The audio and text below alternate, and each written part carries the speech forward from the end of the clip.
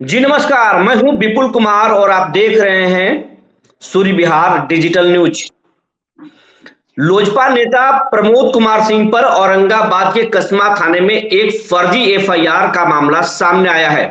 प्रमोद कुमार सिंह खुद छत्तीसगढ़ में थे और पुलिस इधर उन पर फर्जी एफआईआर दर्ज कर दी और प्रमोद कुमार सिंह सरकार के नेता हैं। अब ऐसे में एक सत्तारूढ़ दल के नेता पर फर्जी एफआईआर हो रहा है, तो आम आदमी पर क्या होगा। तो इस मुद्दे पर सीधे हम चलते हैं प्रमोद कुमार सिंह के पास, जो अभी छत्तीसगढ़ में मौजूद हैं। प्रमोद बाबू, बहुत बहुत आपका स्वागत है सूर्य विहार में। धन्यवाद विपुल जी।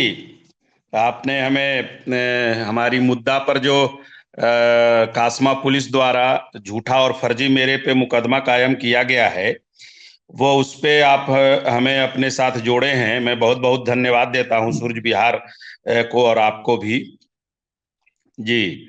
और ये जो मामला है, ये पूर्ण रूप से झूठा है और वहां का जो थानेदार हैं वो अपना नाकामी को छिपाने के लिए ये फर्जी मुकदमा मेरे ऊपर किए हैं।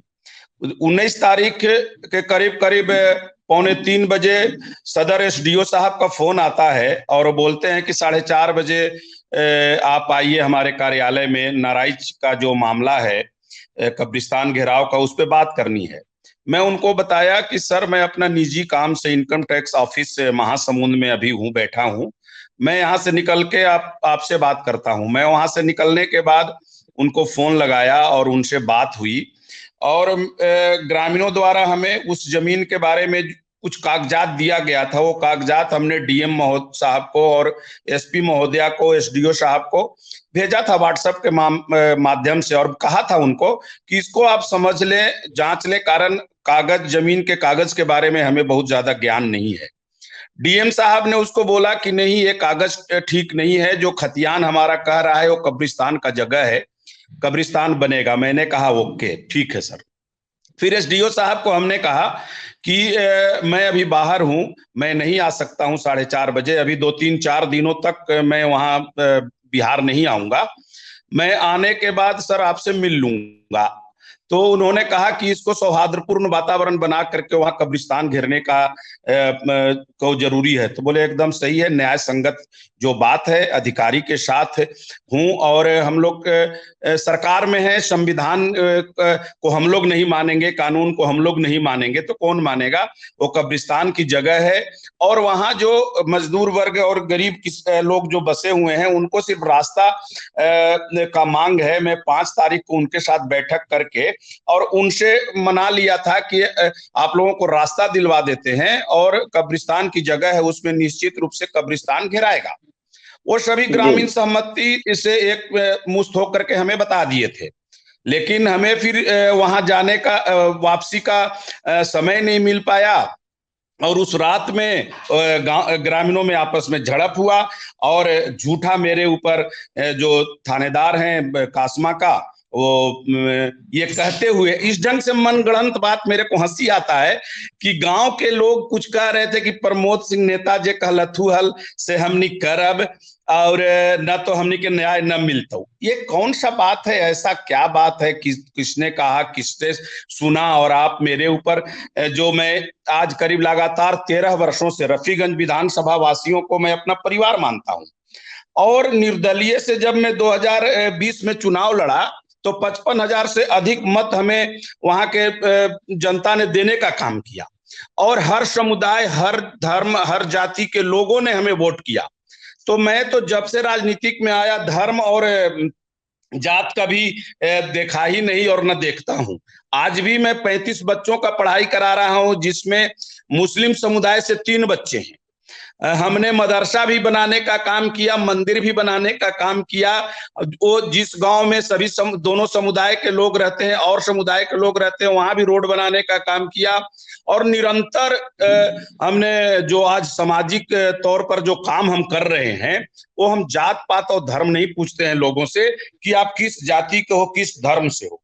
और मेरे ऊपर नाराइच जैसे मतलब 2 समुदायों को बीच में जो झगड़ा हुआ, उसमें मेरे को नाम डालना, ये हमारी छवि को धूमिल करने की बात है।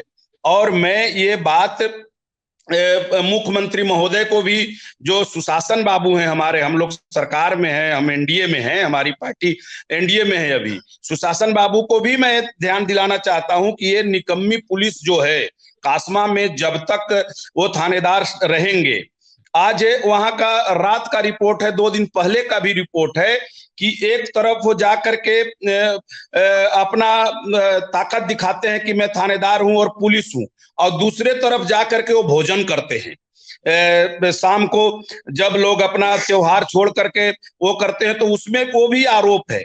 ये थानेदार जब तक वहां रहेंगे तब तक वहां शांतिपूर्ण व्यवस्था नहीं बनेगी, और अपना नाकामी छिपाने के लिए मैं निरंतर 16 तारीख से बाहर हूं।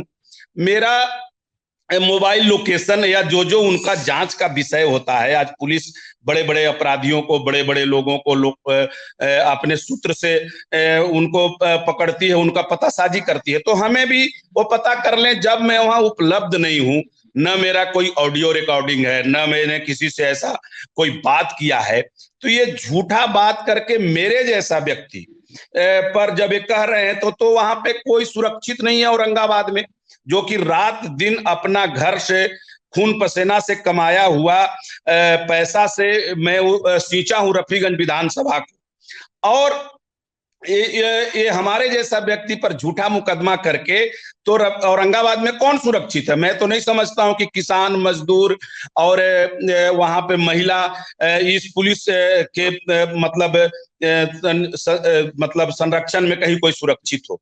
सबसे बड़ी बात यह है कि आज नराइच गांव का हालत है, मोबाइल के माध्यम से हमें पता चला है कि सब मजदूर वर्ग के लोग हैं, दिन भर में मजदूरी करते हैं, तो उनका शाम का चूल्हा जलता है, आज सब पलायन कर गए हैं। किसान लोग हैं जिनका फसल पक करके तैयार है, वो सब भागे हुए हैं पुलिस के डर से। यानी ऐसा स्थिति, ये नाकामी में जो ये नासमझ थानेदार, जो जिसको कहा जाए कासमा का, जिनको ज्ञान नहीं क्षेत्र का, लोगों से संबंध नहीं, और वैसा व्यक्ति वहां का ऐसा माहौल खराब करके और इस छोटा सा झगड़ा को हिंदू मुस्लिम का रंग देने का काम कर रहे हैं लड़ाई का ये कासमा थानेदार। मैं नाम भी नहीं जानता हूं कौन है। प्रमोद बाबू, ये जो थानेदार हैं वो अपना काम छोड़कर कहीं राजनीति तो नहीं कर रहे हैं? एकदम राजनीति कर रहे हैं। ये हमारे प्रतिद्वंदी लोगों से मिल करके उनके साजिश में मेरा नाम को डाले हैं। ये इस संबंध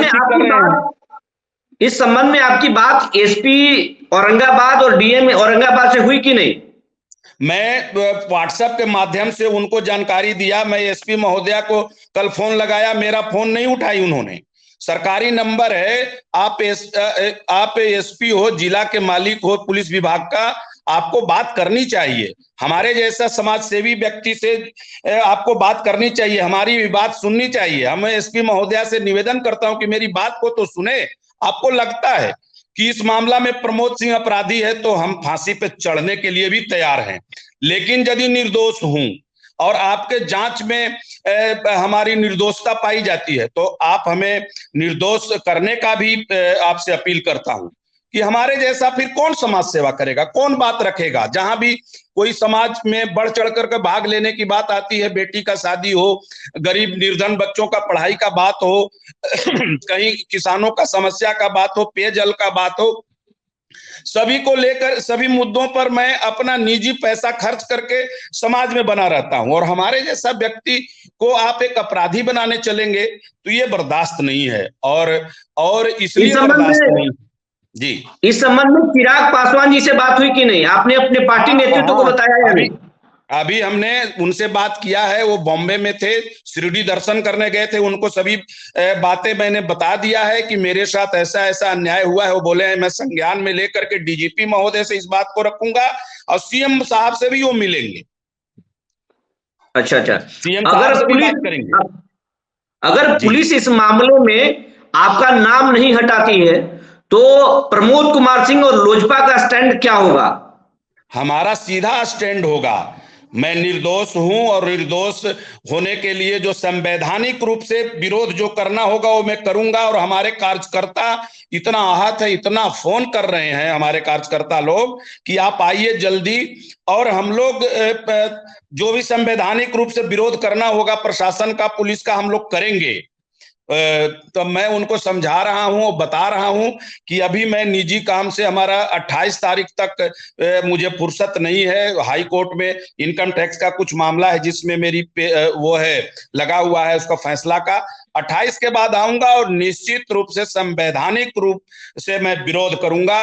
कारण मैं निर्दोष हूं और मेरे जैसा व्यक्ति को इन लोग दोषी ठहराने का या अपराधी बनाने का काम करेंगे तो बचता कौन है? ये प्रजातंत्र का हनन है और प्रजातंत्र में हमें अधिकार है। हमारा संविधान जो है वो भारतवर्ष का संविधान कहता है कि मजबूती से अपनी बात को रखना। सबसे बड़ा बात तो है कि मैं वहां हूं नहीं, मेरा और मेरे ऊपर एफआईआर। ये कैसा लोकतंत्र और कैसा प्रशासन?